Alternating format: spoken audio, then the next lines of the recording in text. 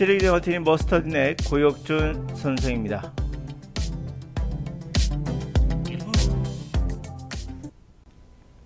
사실 뭐 영어라고 한다면 우리가 항상 두 가지 이쪽에서 A라는 부는 문법을 하고 단어 암기를 통해서 구조를 분석해서 영어를 배운다 이렇게 가르친다라고 하죠. 이렇게 말을 하고 저 같은 경우에는 그렇지 않다라고 이제 말하고 있어요. 여러분 생각에는 일반적으로 여러분들이 접했던 이 A 강사가 맞을까요? 아니면 제가 맞을까요?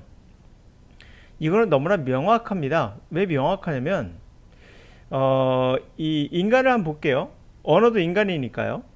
손을 보시면은 로봇으로 만든 게 있어요. 그러니까 로봇의 손은 과연 인간과 대등할까요? 인간의 손은요, 이 조그만 손으로 피아노를 칠 수 있어요.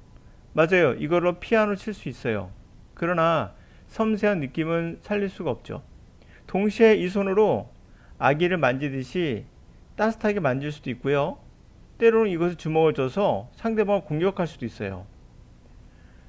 로봇의 손은 어떤 하나에 최적화되면 나머지에는 쓸 수가 없죠. 컴퓨터를 친다 그러면 이걸로 주먹을 칠 수는 없는 거고. 그리고 미세한 감지가 안 되죠. 아무리 우리가 관절을 똑같이 만들어서 보기는 똑같지만 그것의 기능들은 너무나 차이가 나죠. 그게 우리의 언어예요. 여러분들이 보고 있는 이 구문이나 단어의 뜻, 사전 아니면 사전 같은 경우 바로 그런 경우죠. 이것은 관절이고 이것은 뭐뭐고 이런 형식. 그리고 관절이 3개, 인간의 손을 그대로 본따서 만든 거죠. 관절이 몇 개? 이게 문법이에요. 그러니까 문법이라는 것은 인간과 똑같이 만드는 게 아니라 보기만 똑같은 거예요. 그래서 문법을 암기하고 사전에 단어를 다 암기해도 영어는 되지 않는 이유가 여기에서 시작되는 거예요. 여러분들은 로봇 손을 보고 야 저게 인간의 손이야 라고 말하면 그거 되게 이상하다는 걸 잘 아시잖아요. 그런데 여러분들은 영어를 그렇게 공부해야 된다고 생각하고 있는 거예요.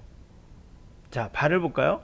인간의 발은 보기에는 되게 평범해 보이는 지탱하는 그런 거로 보이지만 실제로는 그렇지 않아요.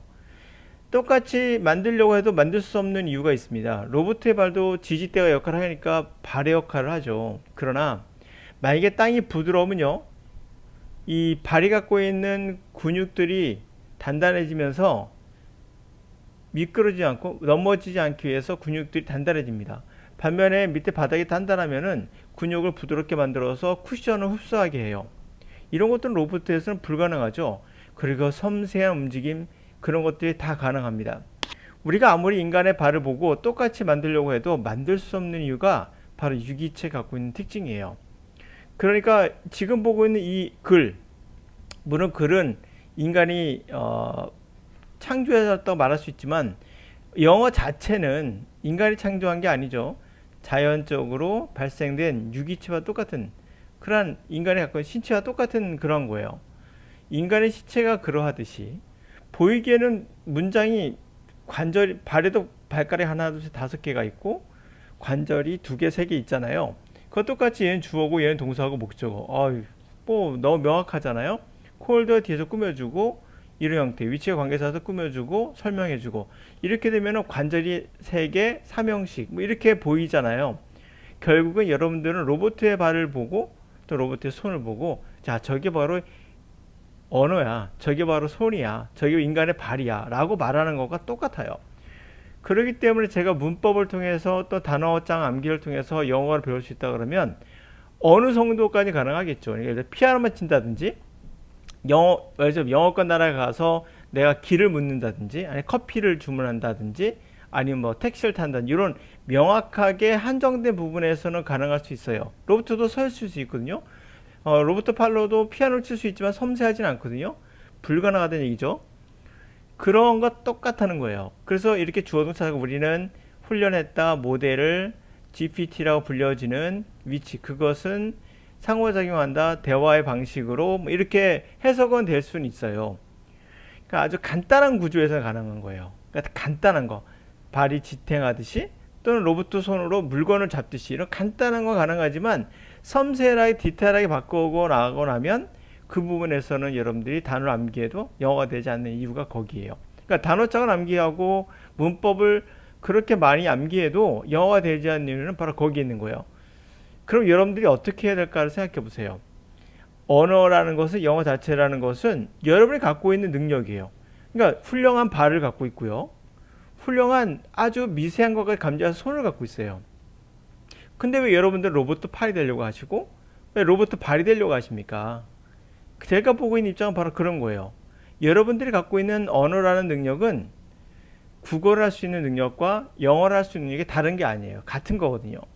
그래서 영어는 가르치는 게 아니라, 물론 이게 잠재의식과 의식의 중간 지점이 있기 때문에 어느 정도 배우면은 배워야 될 필요도 있어요. 그러나 배움으로는 결코 로봇 이상 될 수가 없다라는 거죠.